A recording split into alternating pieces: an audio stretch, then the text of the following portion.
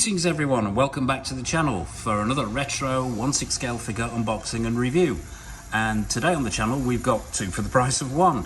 What we're going to be doing is looking at the SUPERMAD Toys Hunter D and Hunter K Blade Hunter 2047, also known as DECKARD and Officer K, from the 2017 Blade Runner 2049 film by Denis Villeneuve, the sequel to the now classic 1982 Ridley Scott film, Blade Runner.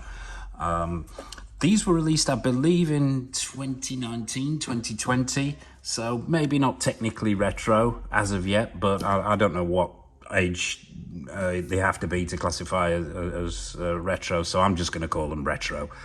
Yeah, so as always, what we'll be doing is we'll be taking a look at the boxes, diving down onto the table, having a look at all the accessories that come with your Blade Runner figures. Then it'll be over to the Detolf, see how these guys display under the Detolf lights, and wrap this whole thing up. So let's take a quick look at the boxes, and they are relatively simple. Both very similar, obviously. They're a shoebox design with this slip cover. For your DECKARD figure, you've got this sort of orange background with the broken statue head from where he's hiding out during the movie. I believe these are shots from the film. They don't look like the figures themselves. For Officer K, you've got him next to his vehicle with a white background, light behind him. It says SUPERMAD Toys across the bottom, names at the top there. Let's flip them both round. You've got some cyberpunk neon type landscape at the back there. Once again, the names and 1/6 scale collectible figure. Let's flip them both round. This one has got the same image on the back. This one's got a slightly different one for some reason. We've got a silhouette of DECKARD himself, the iconic gun that he carries, some more bits and pieces of information, another letterbox shot of a cyberpunk landscape, and once again the same as on the other side, the name and the cyberpunk landscape itself. So yeah, very simple boxes, nothing too fancy here. Inside, it's just a plain black shoebox. I would show you that, but A, it's pointless, and B, this particular box really struggles to come out the slipcover, so we won't be taking a look at those, but take my word for it, simple black shoebox design. So that's the boxes. We're going to review both these figures together rather than one at a time. So without further ado, let's dive down onto the table and take a look at all the accessories that come with your Blade Runner figures. Okay, so here we are, down on the table with all the accessories that come with your DECKARD and Officer K figures from Blade Runner 2049. We'll start with Officer K. Yeah, let's start with Officer K and let's take a look at the hands first. You've got 1, 2, 3 pairs of hands here, another 2 on the figure, 4 pairs of hands, 8 in total, which is good. We like to see lots of hands, so you can get some variety in those poses. Let's have a look at the ungloved hands first. Let's get these into the camera. Yeah, looking quite nice. We've got some good sculpting there. There's some good vein work. The bone structure looks good. Paint washes and applications are pretty good. Not the best hands I've seen, but not the worst. There's a fisted hand. We have this sort of pointing hand, maybe a gun holding hand. Once again, the same bone work, the same nice paint washes. Not the best hands in the world. Not much detailing on the fingers or the fingernails. Plastic itself is a medium plastic, so you won't need to be using hot water or a hairdryer for these. So that's pretty good. Yeah, so nice. They're the ungloved hands. And you get 2 pairs of gloved hands. These are a slightly harder plastic actually. But yeah, the gloves themselves, I'll get that into the camera, as you can see. Nice paint washes to give that leather look. Got some nice creasing around where it joins the wrist there. So the stitch work looks good. Yeah, and pretty effective for what they are. So yeah, 2 pairs of those, 1 pair of those rather, gloved hands. What else do you get? That's the hands. Let's take a look at this gun holster. Now this is a shoulder holster. With a strap. This is made out of a nylon material. The holster itself is actually plastic, quite a fragile plastic, so I'd be careful with this one. I don't pose the figure with this one, simply because I think the holster itself throws out the lines of the coat that he wears. But yeah, it's quite well made. As I say, it's a sturdy nylon. That's nicely done there. Not much detailing on the plastic. There's a little bit of detailing there, and probably a grey paint, couple of grey paint washes there to give it that metallic look. But that's the holster itself. Let's take a look at the gun that goes in the holster. Okay, so this is K's gun, all plastic, no metal here, quite screen accurate. If I get this into the camera, you can see there's a lovely shine on the plastic there of the hilt of the gun, the handle of the gun. Yeah, it's very, very screen accurate. The sculpting's nice. The paint application, it's got some weathering on there. It's not overdone. There's no cocking action here or anything like that. But yeah, pretty screen accurate and pretty effective. And yeah, that slots into the holster here, which I'm not going to do on camera, but I'll give it a shot. Slots in like that. Then the strap simply goes around the arm, and then you fasten that around the other side that way. But yeah, as I say, not something I pose the figure with, simply because I think it damages the lines of the coat. So yeah, there you have it. That's the holster and the gun. What else do you get? You get this plastic piece. This is all plastic. Obviously, this is how he carries around his holographic friend, shall we say, towards the end of the film. So yeah, you get that as well. Pretty effective and screen accurate. We also get his comms pad. Yeah, some nice, once again, all plastic this. I'll get it into the camera there so the light can catch it. Black and grey plastic, some nice paintwork on there. No real weathering, but pretty screen accurate. And yeah, it's there if you want to pose him with that. So yeah, and also you get this pleather effect badge, an ID. Now this does open. I have to be very careful with this because I think it is pleather. I don't think it is leather. But yeah, there's his badge inside. It's all plastic. Some nice stitching on this, and it's quite well made, and it's holding up quite well considering it's pleather. And it says LAPD in there, and there's some writing in there. I'm not sure whether the camera's picking this up, but yeah, pretty nice if you're wanting to display with that. So that's his ID and badge. And you also get with this figure, this one's actually still in the box. This is how it comes with the figure itself, but I'll use this one from Deckard, simply because they're exactly the same item. But this is Deckard's gun.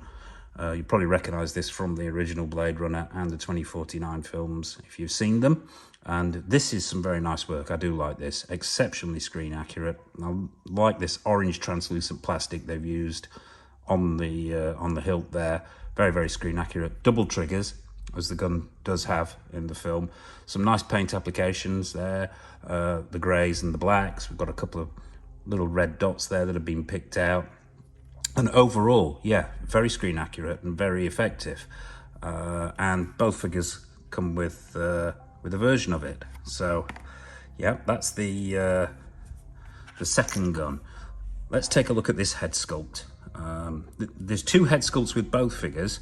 We'll take a look at the second head sculpts when we get the figures out themselves. So this is the second one. Now I don't use this one, but let's get this into the camera so you can let's get some more light on this so we can take a closer look at this. Fixed neck, obviously, pegged straight into the body, which is slightly different from the Deckard figure, but we'll come to that. Yeah, I have to say, it's not the best head sculpt of Ryan Gosling I've ever seen. Ryan Gosling, I think, has one of those, how can I put this, those faces that are maybe difficult to capture in 1/6 scale. I'm not saying his features are bland, but I'm just saying that he, distinctiveness that is not there. So sometimes those kind of faces, shall we say, are difficult to capture in 1/6 scale. But yeah, how are the paint applications? The sculpt it's there, not 100%. I mean, it is recognizable as Ryan Gosling, but is it 100% spot on? No, maybe 70%, I would say. The paint applications are quite nice. The skin tones are pretty good. They've got this 5 o'clock shadow, which is screen accurate across its top lip. The lips are painted nicely. The eyes are nice and glassy and catch the light really, really well. The hair could be better. That's a bit, it looks a bit cursory to me. The paintwork's not the best I've seen, but overall, it does the job. I would say out of the two head sculpts, this is probably the weakest between both figures, to be honest with you. But yeah, there is a likeness of Ryan Gosling there. It does capture the spirit, if not the full image, of the actor himself. But yeah, that's the second head sculpt that comes with that figure. So that's your Officer K accessories. Let's move over to Deckard and take a look at everything he comes with. So once again, we'll start with the hands. So yeah, we're looking at 2, 4, 6 hands here. Another 2 on the figure. That's 8 hands. That's 4 pairs in total. So a good variety there. Let's have a closer look at the sculpting on these. Once again, vein work's good, bone structure's good. Paint applications perhaps not the best. These are considerably softer than the Officer K hands. These are much, much softer. Not a huge fan of these. A bit too much give in these for my liking. But yeah, overall the paint wash is okay. The sculpting's not bad. Failed the flexibility test, obviously. But yeah, it is what it is. These aren't... These figures don't come in at Hot Toys prices, so, you know, it is what it is. But yeah, you get fisted hands, gun-holding hands, a wide variety of hands. So that's the hands themselves. Yeah. What else do you get? Well, we've already covered the gun itself, so no need to do that twice. So we'll put that to one side. You also get, which is rather nice, is this bottle of Johnny Walker Black Label, a square bottle. Yeah, and all plastic, no glass there, all plastic. Some nice labelling on the front there. They've obviously put some plastic inside to replicate the liquid. Nice sculpt and a nice little touch there. So yeah, that's the Black Label whiskey, and it also comes with 2 glasses. Now I can't remember. You have to forgive me for this. I can't remember whether there was 1 glass with one figure or 2 glasses came with Deckard. I'm not sure, but so forgive me on that one. But yeah, you get these 2 small whiskey glasses. Once again, black plastic in the bottom to replicate the whiskey. Yeah, very nice. So 2 of those. This one's got a bit of a dirty mark on it. That looks like a production flaw to me. This figure actually came to me from another. Both of them came to me from another collector. Yeah, they weren't brand new when I received them, but that looks like a manufacturing flaw, that to me, in the plastic. But yeah, okay, and on to the second head sculpt for Deckard himself, Harrison Ford. As I say, 2 head sculpts with both of these figures. This is the second one. I don't use this one. Let's get this into the camera. Let's see if we can't alter this light a little bit. Yeah, bear with me while I bring a little bit more light in here. So we can get a proper view of this head sculpt. Right, that's okay. So now this, I have to say, I prefer to the Ryan Gosling head sculpt in both cases. The one that we're looking at here and the one that's on the figure itself.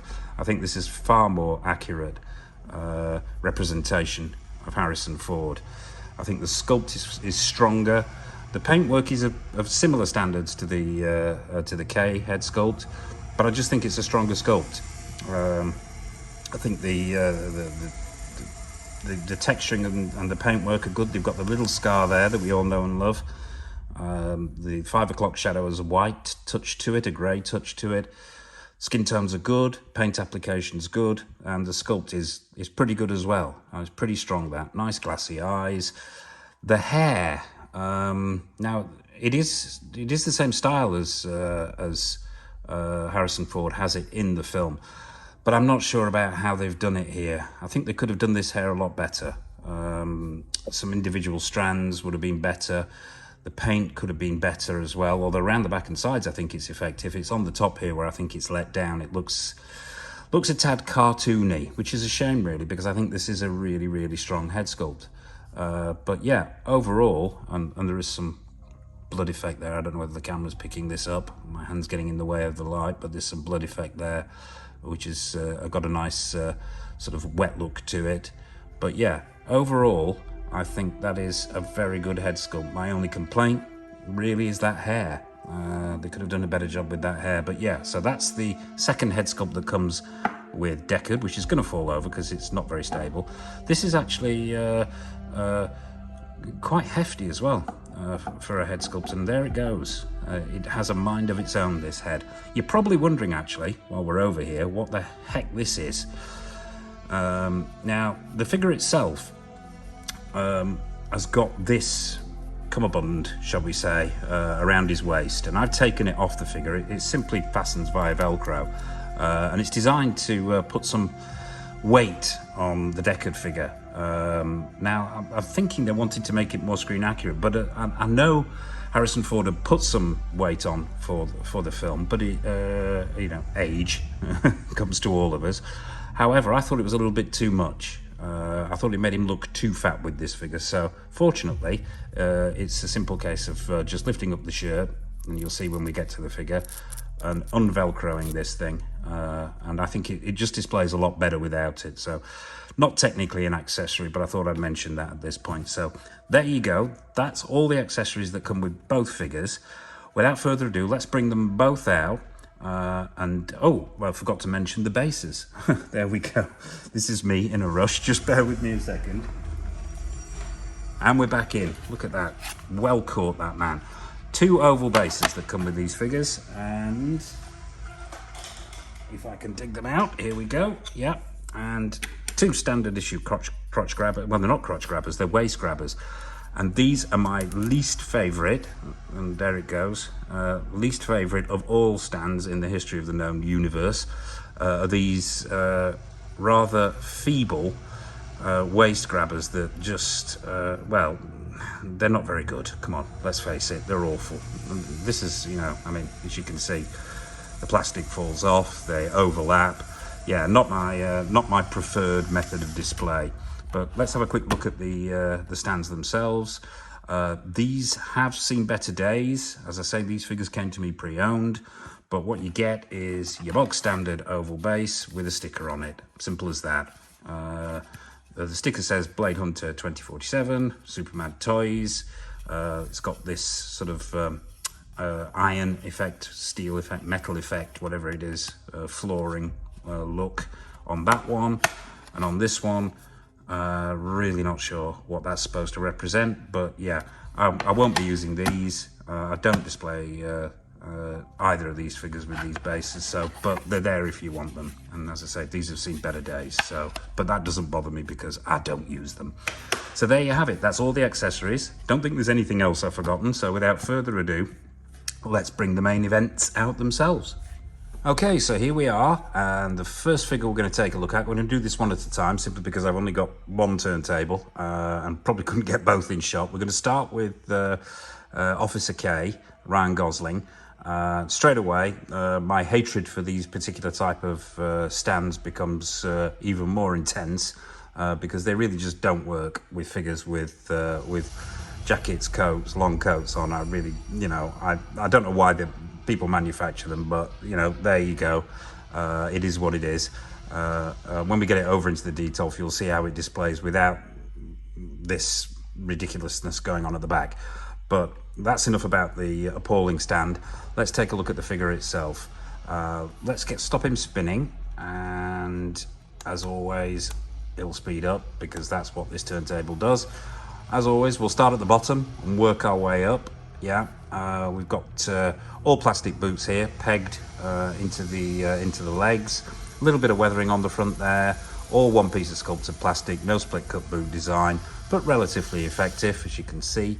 Yeah, and there is some decent weathering on there. Probably could use a little bit more. In fact, the whole figure is on my list to be weathered, but yeah, that's a very long list. So, and they're not that far up at these figures, so it could be a while before that happens. But yeah, the 30 points of articulation, as I believe, and straight away, from feeling the body underneath the clothing itself, not the best body in the world, but These have been manufactured to a price point, so can sort of be forgiven for that. The pants themselves are a sort of a green, I don't know whether an olive green colour, which is sort of screen accurate. I mean, the whole accuracy of the colouring on this figure is it's not on point. It's not 100% screen accurate. It does the job, but I know there are a lot of custom clothing manufacturers who've manufactured more screen accurate outfits of both of these guys. But yeah, cotton pants, relatively straightforward, decent stitching on there, as you can see. Nice fit, and they fall well. They're quite tight, but not too tight. Yeah, and then underneath that, relatively straightforward jumper, sweater, knitted black fabric, which is screen accurate. He had a black top on underneath the coat. And let's take a look at the coat itself. I mean, there's nothing to write home about that sweater. It is simply a black sweater, and that's it. There's nothing else underneath it. The coat itself is very nicely tailored, I must admit. It's a cotton material with this faux fur lining. It's got wires in it. They are quite flimsy wires, so I mean, the wires run down here. I think they stop sort of somewhere around, oh no, they go all the way up. It's wired all the way up and around the collar as well, and round, oh, I'll bring it round so you can see this, if we can get past this ugly lump at the back. It's wired all the way around to here. This part isn't wired, but so it's very, very thin wire, but you can get some sort of action poses out of it, and get that sort of windswept look with a spot of finagling. While we're at the back here, let's take a look at the stitching on the coat itself. Very, very nice. It's proportionally it's accurate to the film. Not so sure about the colour. It's got this writing on the back, which I believe is screen accurate, although the colour, once again, is debatable. The stitching on the coat itself is good. There is some weathering on here. I don't know whether the camera's picking this up, but it has been weathered. It's been dirtied up on the sleeves, on the back of the coat here, a little bit on the shoulders, and on the back area here as well. So there has been some weathering to this figure, which is good. It gives it that authentic look. But yeah, the quality of that stitch work, it's not the best cotton in the world, but it's not the worst I've ever seen. The stitch work's nice on the shoulders there. This collar is nicely done. There's a tie across the top here. That's metal, which is nice to see. Bring it back round. That faux fur runs all the way through the collar, like I said, which is wired. And there's if you're wanting to go for the done-up look, which he has for some of the film, you can achieve that simply by running that through the buckle there, and gives that effect. Although that's not a look I go for, although I might try that actually. I've never tried him in that pose. I like to see the head sculpt on a figure, but that is a good look. Yeah, it's probably because it's covering up the head sculpt. But there you go. That's the jacket itself. So the outfit is relatively straightforward, pretty effective. Not 100% screen accurate, but it does the job. Obviously, this is the other pair of hands that we didn't look at when we were down on the table. Let's bring the figure forward a bit. Now, this is the head sculpt that I do use when I'm displaying this figure, and I think this is the better of the two. Once again, it's all one solid sculpt, neck pegged straight in. I would say be careful when you're putting this head in, because this sweater that he's wearing does have a tendency to tuck down into the body when you're swapping the heads out. But I don't swap the heads out that much, because I do, as I say, prefer this one. Now, I don't know whether it's almost identical to the other head. Let's bring the other head in and see. Yeah, I mean, to me, they are pretty identical, yeah. I think it's probably the blood effect that makes it look more authentic to me. I don't know. But for some reason, I just prefer this one. And as I say, almost identical to the other one, bar the blood work on the face, on the bridge of the nose, and either side of the temples, which is done really, really well. It's that wet look, glossy, fresh blood effect paint. The range of motion in that head is pretty good. Yeah, you've got some good motion in there. And overall, I think for some odd reason, I think that head sculpt works better. But maybe it's just me. Maybe I'm completely off the mark. Let me know in the comment section below. It wouldn't be the first time. So yeah, there is your Officer K figure from Blade Runner 2049. So without further ado, let's bring out Deckard and see what he's all about. Okay, so here he is, Rick Deckard, onto the turntable, but not onto his stand, because I'm not gonna say I lost my temper. That's probably the wrong. That's probably a bit harsh. But those, I've got him on a generic stand simply because those, the stands that come with the two figures are, well, they drive me up the wall. So I put him onto this generic stand. Suppose I should have done the same for my man K there, but you know, it is what it is. I wanted to give you an idea of what those stands are like and why I dislike them so much. But here he is, Deckard himself, onto the stand, the generic stand and turntable, as I said. So let's take a closer look at the outfit, the figure, and that head sculpt. As always, let's start at the bottom. Once again, this has the body itself. It is not brilliant. It's 30 points of articulation, but it's not the most expensive body or the best quality body I've ever come across. And I suppose at this price point, what do we expect? But, you know, it is what it is. So let's stop him spinning and take a closer look at Deckard himself. Right. So let's bring him a little bit closer to the camera. We'll start at the bottom. Boots, as per normal, all one sculpted piece of plastic, painted quite well. A little bit of weathering on the front there. No split cut boot design. The pants themselves are a brown colour, quite well fitted. They look good. The stitching's good. Relatively screen accurate, as we discussed before. Nothing really to write home about. A fairly decent quality cotton, nicely stitched, as I mentioned, and relatively nice hanging of the material too. Work our way up. As I mentioned before, I've taken off the fat suit, which was here. As I say, simply all you need to do is lift up the t-shirt and unvelcro it, because I don't, as much as he may have had a little bit of extra poundage on him for the film, I think the actual waist waiter, if you will, is too big for this figure. It's too much. It makes him look too overweight. So I choose to display it without it. But yeah, the outfit itself is very, very straightforward. It's a simple grey cotton t-shirt, yeah, with some weathering on the front there. And then a grey cotton long sleeve shirt over the top. Shirt itself is quite nicely done. There are press studs on there. I think they're press studs. No, they're not. They're just faux buttons. There are no holes. Oh, there are holes on this side. We won't be doing that shirt up because 6 scale buttons give me nightmares. But the colouring is pretty good. There's some weathering on the shirt. The stitching's quite nice. I'm not sure if these pockets work. Never checked. Yeah, they're functioning pockets up there.